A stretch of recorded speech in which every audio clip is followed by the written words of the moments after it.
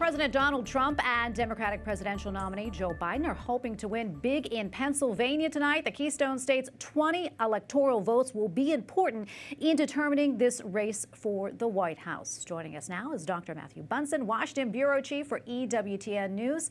And Matthew, thank you so much for coming on. You're also executive editor, so let's not leave that out.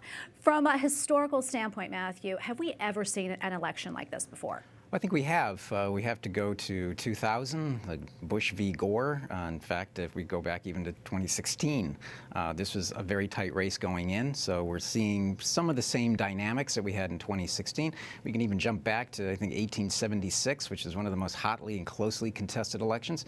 What is interesting about this particular race is how all eyes keep moving to Pennsylvania.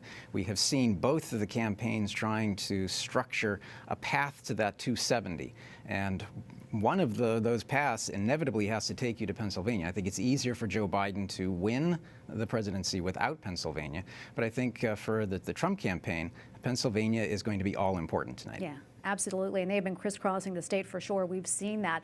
And both the president and Joe Biden have done a lot of outreach to Catholic voters. Can we talk about that? Yes. Well, the Catholic vote was crucial in Joe Biden's victory in 2016, in particular in a place like Pennsylvania, where rural blue-collar workers, blue-collar Catholic workers turned out in surprising numbers for him. We have seen stronger support for President Trump in those rural areas again, especially in the mining areas, the coal country, for example.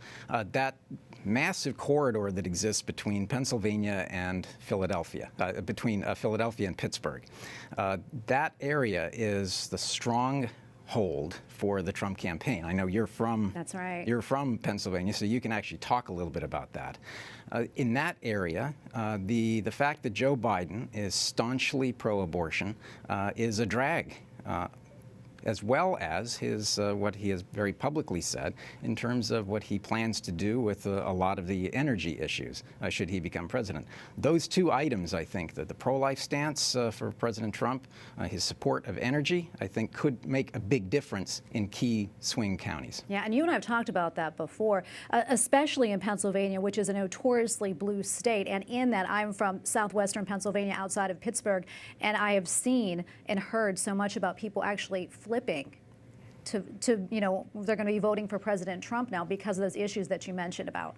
Well, that's right. The family issues, the social issues are of significance to Catholic voters. We are seeing that playing out again as it did in 2016. The difference this time is that Joe Biden, as a Catholic, has expressed opinions that are very contrary to the teachings of the Church.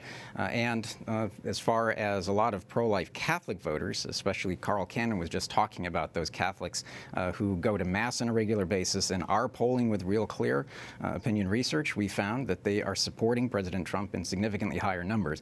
That, I think, is going to be crucial in some of those, again, those key districts and counties in Pennsylvania. Yeah. And Matthew, another thing we talked about is how divisive this election season has been. How much of a factor do you think that will be in this race? Well, we are seeing a very polarized electorate. We're hearing about families that are breaking apart. We're hearing about friendships that are breaking apart.